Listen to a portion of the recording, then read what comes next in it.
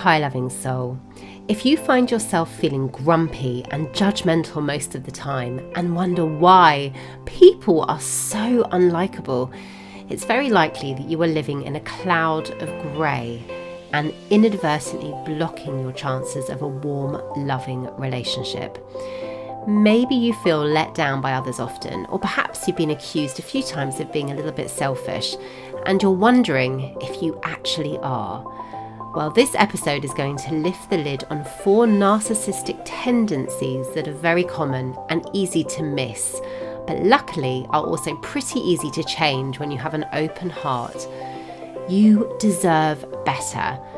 And honestly, so does everyone else around you. So let's make the world brighter by shining some conscious awareness on these 4 tendencies. So let's dive in. Welcome to the Her Love Upgrade podcast. I'm Remy Gabrielle, certified modern hypnotherapist and your love upgrade coach. I used to be an anxious dater and marrier of the wrong men, and I couldn't work out how to break my toxic patterns. But after doing the deep inner work, I attracted my lovely husband of 14 years and built the family I'd always dreamed of. Now I help women just like you heal, align and attract the love you truly deserve. It's time to put beautiful you first for a change. So hush those notifications and let's dive in. So before we get into today's episode, I just want to highlight that there is a very big difference between narcissistic personality disorder and narcissistic tendencies. The latter we all have and definitely have all displayed and experienced probably almost on a daily basis, if we're being really honest with ourselves. When you have a choice over how you act and you have a heart that's open and willing to change and take on more emotional intelligence to try and up-level how you are, that is the difference between being an actual narcissist and having narcissistic tendencies. Looking at psychiatry.org, there's a peer-reviewed article there, and it describes narcissistic personality disorder to be severe, persistent, and problematic, and is defined as a pervasive pattern of grandiosity, which is a sense of superiority in fantasy or behaviour, a need for admiration, and lack of empathy. It also says that people with the disorder may react to criticism or defeat with disdain and defiance, or with social withdrawal or the appearance of humility, which masks the grandiosity. It also says that although they seem like quite different traits, researchers have found that both aspects of narcissism have in common selfishness, deceitfulness, and callousness. It then goes on to say that while many people may have traits that may be considered narcissistic, that is not the same as narcissistic personality disorder. Only when these traits are inflexible, maladaptive and persisting and cause significant functional impairment or subjective distress do they constitute narcissistic personality disorder. So there you go. And I'll include a link to this article in the show notes. So, having said all that, if you are concerned that you or someone you know may have the disorder and you want to find out more, please go and seek professional advice from somebody who's experienced in the disorder. I have to say that, I'm going to say it again, if you are listening to this podcast with a heart that's open to honest self-reflection, it is really unlikely that you have the disorder, because you just wouldn't be here with that intention in the first place if you had it. So if having narcissistic tendencies is a very normal thing to have and an everyday part of being human, really, what is it that makes it a problem? Well, most of them are actually stress responses. So they are a response to something that's happening in our life, and it's a way that we have learnt to deal with it. And what we can do is take a step back and then notice how we're acting in this sort of narcissistic way, putting ourselves first and not really living in a way that's conducive to attracting or experiencing our best life and, developing positive, loving relationships in our life. and we're able to choose a better way of being. And that, of course, is one of the beauties and miracles, really, of being human. All right, so let's dive into these 4 narcissistic tendencies that are incredibly common, and just make sure that we're not doing them too much that it's actually becoming a problem in our life. All right, so number 1 is having a lack of empathy or remorse, in particular for actions that hurt others. So it's when you're not worried about other people's feelings too much and instead find yourself worrying about how their response is affecting us. So an example of that is like when you perhaps offend somebody, and instead of worrying that you've offended them and, noticing how they feel and take effort to try and make them feel better, instead you're thinking about how sort of unnecessary it is for them to flip out over it.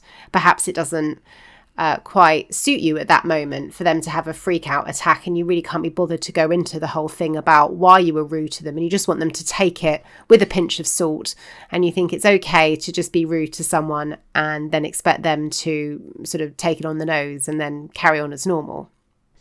If this is something that you do or have found yourself doing in a love relationship quite often, there is beyond doubt going to be at least one root factor that is quite severely damaged in your relationship. And just as a reminder, what a root factor is, they are the 5 essential foundations of a healthy relationship. FACTR. So we've got friendship, attraction, congruent values and beliefs, trust, and respect. So in this case, almost certainly your respect root will be severely damaged because it's not a respectful thing to do. Nobody likes to feel that their feelings aren't being taken into consideration. So the next time you offend somebody and they complain about it, whether you meant to hurt them or whether it was just by accident and you didn't mean to speak to them in that way, but nevertheless you offended them, just notice whether you rush in with defending yourself or trying to explain or minimize someone else's pain. If they let hurt or they express that they're feeling hurt, you might find yourself thinking something a bit judgmental, like, oh, they're just too sensitive, or rushing in to defend yourself out of frustration by saying something like, oh, but I didn't mean to, or something like that, instead of honouring their feelings. Even if your intention actually was pure, there must have been something in the way you spoke that did offend them, and people always like to have their feelings honoured and listened to. So a good thing you can do instead is try journaling a recent conflict you've had and then journal it from the other person's point of view, or even if you just think about it without writing it down. This helps to build emotional empathy and helps to gain better perspective on what other people are feeling about your words. If it's easier, you can pretend that somebody said it to you and just see how it feels. You might notice that it feels a little bit more harsh than you intended it to.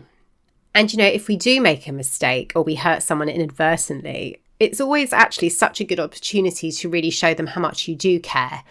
Just when you're as long as you're honest and open to it, right? Like last night, funnily enough, I was hanging out with my children and my husband's away and I was exhausted and I was dealing with some annoying strata issue in our building. And it was a horrible night at tennis. I got freezing cold watching my son. Anyway, a whole host of things. And I was just ready to just sort of switch off a bit. And so I came to give her something and put her drink on her table. And I noticed that she was watching on her iPad shorts on YouTube, which she knows she's not allowed to do. So I said to her, Saskia, you're not allowed to watch shorts. Like, please don't watch it. I keep asking you, show me that I can trust you. And she went, oh, sorry, mummy. And I didn't say that's okay or anything like that. I was just in a huff. And I sort of picked up the iPad and then worked out something that I've been meaning to do for ages, which was how to block YouTube on Safari. So she couldn't do it. She couldn't, find shorts even if she wanted to. So then I walked her over and I continued doing what I was doing on the kitchen. And she turned around to me and said, "Mummy, have you emptied my lunchbox yet?" So I said, "Yes." And she said, "Did you notice that I hadn't eaten my sandwich?" I said, "Yes, I did actually. Was everything okay?" And she goes, "No, I didn't want to eat it because I didn't feel that you made it with love this morning because you don't love me anymore." And then she stormed off and started playing with her Barbies. And so I said, "Look, I'm going to be with you in a second. Just let me finish this and I'll come in." And I sat down next to her and I said, "Are you okay?" She said, "No, I said sorry and you didn't even say it was okay." And I said to her, "Look, I'm really sorry. It's just because I'm really tired and I've asked you lots of times not to look at shorts and you didn't listen and I felt frustrated. So I'm sorry that I got frustrated at you and I didn't mean to hurt your feelings, but there's a good reason why you're not allowed to watch shorts, and that's because you might see some content that's not appropriate for you, and it's my job as your mummy to protect you from that when you're still so young and you're not quite ready to see everything that's on there yet. I love you very much. I just, I sort of had enough and I'm a human and I'm tired, so of course I love you. Anyway, blah, blah, blah, blah. But that was just such a great example to show that, even in the most sort of, especially with a child, they're so sensitive. You can just say one thing out of line when they're tired and it can just sort of break their heart.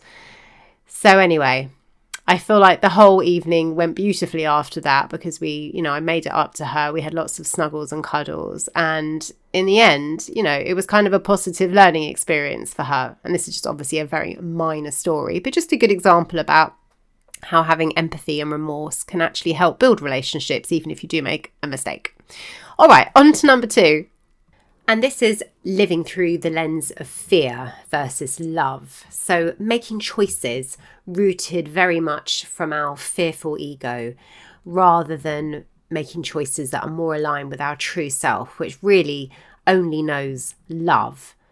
Now, as I said, we are all guilty of doing things like this sometimes. Perhaps you've had a hard day and we just don't have the capacity to show much empathy, and that is completely normal. No one's expecting you to be the perfect Mother Teresa all the time. Absolutely not. But if your daily sort of mode of being is to be focused on the negatives and making choices in everyday life based on scarcity and fear and not having enough, then it can be a problem. And that's because, as Wayne Dwyer says, we get what we are, not what we want. So when we are living out of this vibration of fear and lack, we actually attract more of that kind of drama into our life. And that is not abundant and that's not expansive. And we deserve far more than that. So what does this look like? Well, it's sort of when you make decisions based on what you don't want to happen. Let's say you're dating somebody and you're not sure you fully trust them yet, and you just have a hunch that they might be cheating, or you're worried that they might be cheating because you've been cheated on in the past. So you decide to constantly try and steal their phone and check it, or even worse, try and install some kind of tracking app on their phone so you can check out where they are, something like that.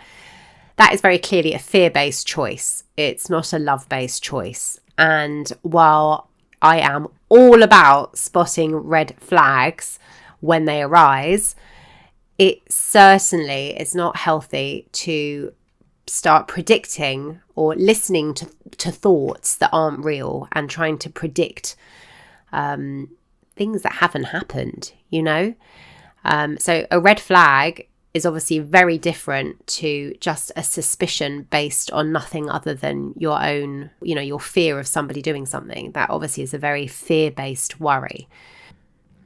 Another example of this way of thinking happens a lot at work, and it's really uncomfortable for people to witness. But if somebody's sitting there in a meeting and they put their hand up and mention, an important point that you brought up to them the other day, and they didn't even mention your name when they're telling it to the whole board, or something awful like that, where somebody basically tries to get the credit for your work and puts their own success and their own brand ahead of yours, and kind of steps all over you in the process. I mean, that feels really awful. And that all comes down to fear-based thinking, this fear that they have to prove their worth and get ahead, even if that is at the sacrifice of human connection and having a really positive and healthy environment in the workplace.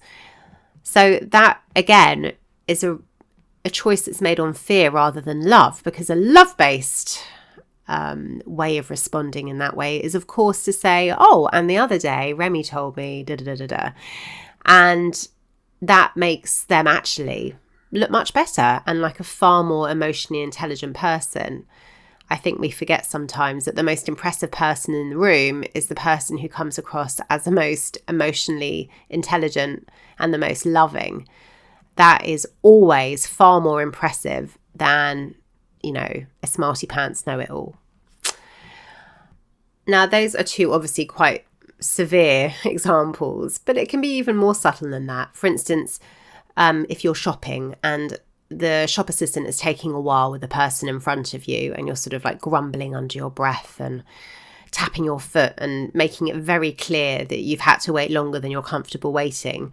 Sometimes it can make everyone feel just so much better just looking at the shop assistant, look at the bags under their eyes, think about the life that they've had, that it's maybe on the weekend and instead of being out shopping, they're working in a shop, serving you and doing the best they can, probably paid far less than you are and probably been on their feet all day long without any breaks, and they're probably exhausted.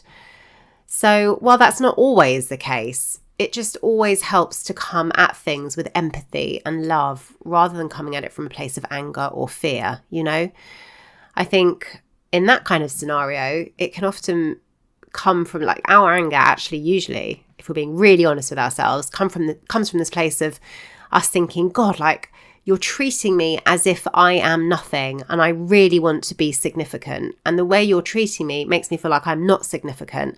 And that is really raw for me because on some level, I actually believe that I'm not significant. And that's why I enjoy coming shopping and being, pampered and fawned over by the staff to make me feel like I'm special. And when you don't do that, you're telling me a message that I'm not special. And that is not what I need from you, So that, again, is coming from a fear-based belief. So a beautiful reframe from being this way, and to make sure that we're always living with this lens of love and living as love so that we get more love in return. Well, you can think to yourself, how could I generate more love in this moment? It's a really simple question, and whenever you feel yourself getting a little bit grumpy or kicking, like your ego's kicking in a little bit and you're worried about how you're going to look or you're worried about your own significance or anything like that, you can just think, hang on a minute, how could I generate more love in this moment? And that will just automatically make the moment feel better and make you feel better. Just having that loving intention makes all the difference. And then to really inject more love into your day, you can take a small action step that comes to you. So you can maybe ask somebody how they're doing, ask the shop assistant how they are, or say, oh, your hair looks so beautiful, or pause to listen to somebody when they're talking to you if they want to talk to you. Just actually take a moment to connect, even if you're busy doing something else and you don't feel like you have time for them. Or maybe smiling at a stranger, or even a little bit more extravagant, to give a gift to a friend or send them a message when they're least expecting it, just telling them how much you love them. It doesn't have to be a lot, but if we all acted that way, the world would just be the most beautiful place. And I know you probably do act that way on some level most of the time. But just in case you feel like there's a little bit more love that's needed to generate in your life, this is a really good way of generating more love, because the more love we give, the more love we get back. It's like the most beautiful cycle, and it's just the way it works. So the third narcissistic tendency that can block aligned love is having an aversion to emotion and finding that emotion, particularly negative ones, are a sign of weakness and something that you feel a little bit uncomfortable around, or maybe you just avoid it altogether. So just have a notice if you start to find it hard to show emotion, because like all these things, the antidote to it really is conscious awareness of what we're doing. Because when we're consciously aware, we're able to stop, take a moment, and then choose whether we want to be acting in this way, whether the way we're acting is in alignment, or whether it needs to change. So the next time you find yourself either witnessing maybe a tearful conversation, like somebody else is expressing a sad emotion, or even if you find yourself crying or getting tears in your eyes, just notice how you handle that situation, and how it makes you feel inside. And just lovingly do it. There's no need ever to be judgmental of ourselves, especially when we're doing this wonderful self-reflective work. But just see if there's any resistance that's coming up. For instance, I remember once I was having this trouble with this girl at work, and it made me really sad because she just really hated me, and I really couldn't work out the reason why.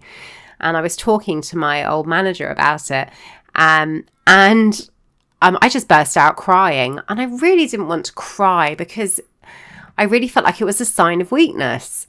And that in and of itself is so, interesting. Why is that? I mean, it's a natural human emotion, and it just goes to show the sign of a really male-dominated society where we feel like we have to cover up our emotion when it comes to sort of a severed or unhealthy human connection. Like, why shouldn't we cry? Of course, it's our body's natural way of releasing stress and cortisol. So it's interesting because a lot of us were brought up sort of saying by parents who said to us, don't cry, stop crying, and boys don't cry, and put on your big girl pants and stop crying and all this kind of stuff, as if crying is just reserved for babies, not for adults, and it shows a sign of weakness, which is just absolutely not the case. In actual fact, our emotions are pretty fucking incredible. They're our inbuilt navigation systems, and it's the way that our subconscious, our true self, our real inner wisdom tells us that we are out of alignment with our truth. So it's our body's way of letting us know that something is not quite right with us. And when we listen with curious interest, instead of getting lost in the emotion and judging ourselves for it, we can uncover the source of our emotion. And that's when we have this amazing empowered ability to change. And doing that, it's just as simple as tuning in and asking the emotion a question. We can ask it, what are you here to tell me? And I know that sounds crazy, but if you really feel into what you're feeling and just allow yourself to feel it for 5 seconds, you can ask it, hi, and you can label it, hi anxiety, what are you here to tell me? Or hi sadness, what are you here telling me? Have respect for your emotion, and then it will reveal the undercover cause to you, which is incredible. Perhaps it will tell you that you're exhausted, or maybe you'll get the sense that your hormones are out of whack, or maybe you're holding on to a belief that isn't serving you, or taking a path that is just out of alignment to what you really want for your life. Maybe you're in a relationship that feels yucky and you just know that it's not right for you. So whatever it is, emotions are always safe to witness rather than get lost in or ignore. So we never have to do that. And there's a lovely somatic check-in we can do. And it's really powerful, and eventually you start kind of doing it on autopilot, which is fantastic. But what we're doing here is rewiring our brains and setting ourselves up for success, and really changing the way that we're currently operating, right? And so the way to do that is to, as I said, set a timer once a day or twice a day or 3 times a day if you can, and take a quick moment out of your day to check in and ask yourself, how am I feeling right now? And then allow whatever comes up just to come up, and you can observe it with interest. Because once you're aware of how you're feeling, that just frees you up and empowers you to actually make a choice and to notice how you're feeling, rather than just sort of white knuckling through the day, or just kind of getting on with life and shoving down your emotions, which is never a healthy thing to do. Because as I said before, it's a really important part of our navigation system. The fourth narcissistic tendency that we can watch out for in ourselves is having an irrational expectation of others. And this looks like believing people should meet your needs without you having to ask, and then feeling wronged when they don't have ESP and they don't meet our needs, even though we haven't asked for it. It's like we think they should just know what we need or feel, which is just completely unreasonable. And in dating, this shows up like, oh, they should know how to treat me, without communicating your needs at all. And it can lead to you feeling chronically disappointed in relationships and even resentful of your partner when really there's no need to feel resentful or there's no sort of rational grounds for it. And I know this very well because I've been there. I remember when my husband and I had our first child, we were exhausted, and I was exhausted and hormonal. I had a little bit of postnatal depression. My son, who is totally gorgeous now, but at the time was the most nightmare sleeper ever. So tricky, and had colic and never slept more than 40 minutes. And it was just so hard. And for the first time in my life, I had to really ask somebody for help. And it felt so uncomfortable. I absolutely hated it. I don't know why, but it made me feel like I was not capable, as if I was expected to be some sort of superhuman that could just do everything. Of course, that's not actually true. And it obviously was a learnt belief from childhood, as everything is. But it was the first time I'd really had to deal with this, to be honest, because, I'm so used to doing everything myself. And then here I am having to ask my husband to, as well as work, to help me, do things around the house, help me with Harry, our son, help me do everything. And it was, yes, awful, very, very uncomfortable. And I tell you what, it was exactly the learning that I needed, and made me realise a really important lesson, which is that people actually, by not allowing them to give to you and not allowing them to help you and not asking and expressing your needs, you're actually robbing someone of the chance to show how much they love you. And it's funny because the other way round, we can so clearly see that. So think of somebody in your life who you love. Maybe it's your best friend or your parent or your grandma or grandpa or somebody you adore. And if they needed something, it would actually give you a sense of pleasure to give it to them, right? It's never seen as a burden. It's a pleasure to show our love. It makes us feel really good, like we've done something that really helps somebody and we feel of value. And it's a joy to express your love for someone in the way of like an act of service. So it's interesting when it's turned around and we're the ones that need help, how sometimes it can be so uncomfortable to actually ask for it. But then taking that a level further, which is back to this original point, sorry, I deviated a bit there, but to expect somebody to do something for you and then getting really annoyed when they don't do it because they didn't even know that you wanted it and they're not a mind reader, right? Well, that is pretty irrational, and something that, as I said, can really lead to you feeling chronically disappointed in relationships and can really be very upsetting for a partner. It creates a very toxic environment for a partnership.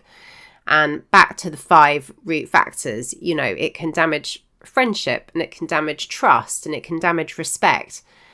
And in the end, that can end up damaging attraction, because if those things aren't there, then usually attraction goes down the toilet too. So yes, it can be really quite fatal for a relationship to have somebody who is constantly pissed off at you because they're expecting you to do stuff that you don't even know you're supposed to be doing, or maybe even their expectations are higher than they should be and they're not sort of mutual expectations. So that's another thing to look out for. If you're expecting your partner to do things that you don't do for them, maybe you always expect them to pay for dinner when you don't offer to pay for dinner. When my husband now and I first got together, I really made a point of being equal with him and, always offered to pay and sort of alternate and things like that before we obviously shared a bank account and things like that when we were first dating. just because it felt fair. You know, I was working, he was working, I had money, he had money. So I just kept it fair and equal. I didn't expect him to be, I didn't want to be rescued or saved or paid for. I wanted it to be an equal partnership. So that is the way that I started the relationship off, you know, and why not? So the next time you have a need, take a moment to clearly and lovingly express your need. So we can ask for things in a really loving way and be assertive, speaking from our true self, not from a place of anger or anything. And just notice how that feels, number one, to express your own needs.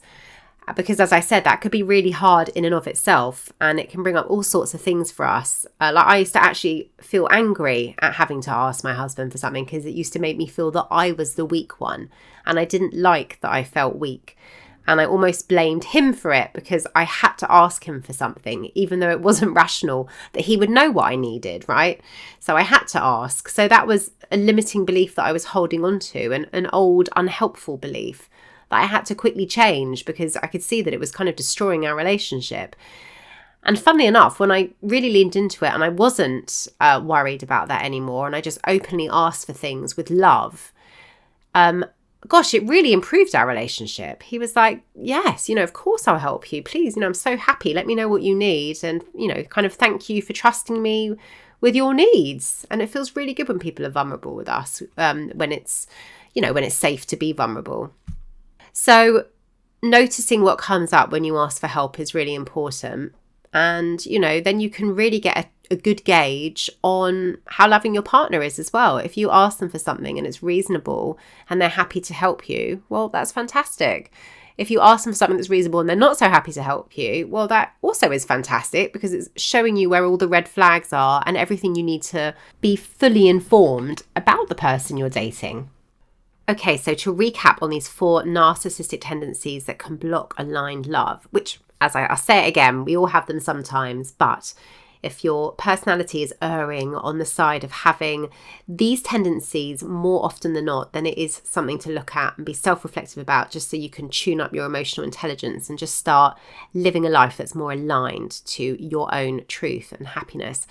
And they are, number 1, having a lack of empathy or remorse for actions that you have done by accident that hurt others.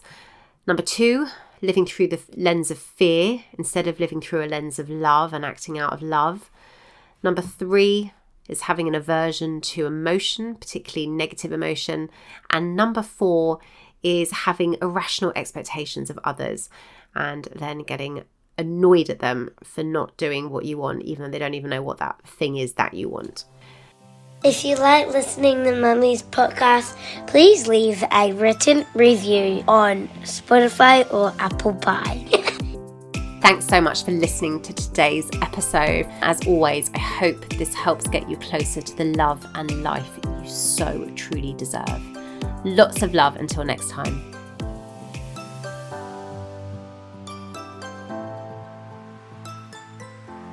You should be so proud of this courageous, incredible journey you are on. And I'm so happy to be here supporting you to say goodbye to toxic relationships and claim the wonderful life and love you truly deserve. If you have a friend who you think needs to hear today's episode too, why not spread the love and share it with them? Sending you so much love in abundance. Until next time.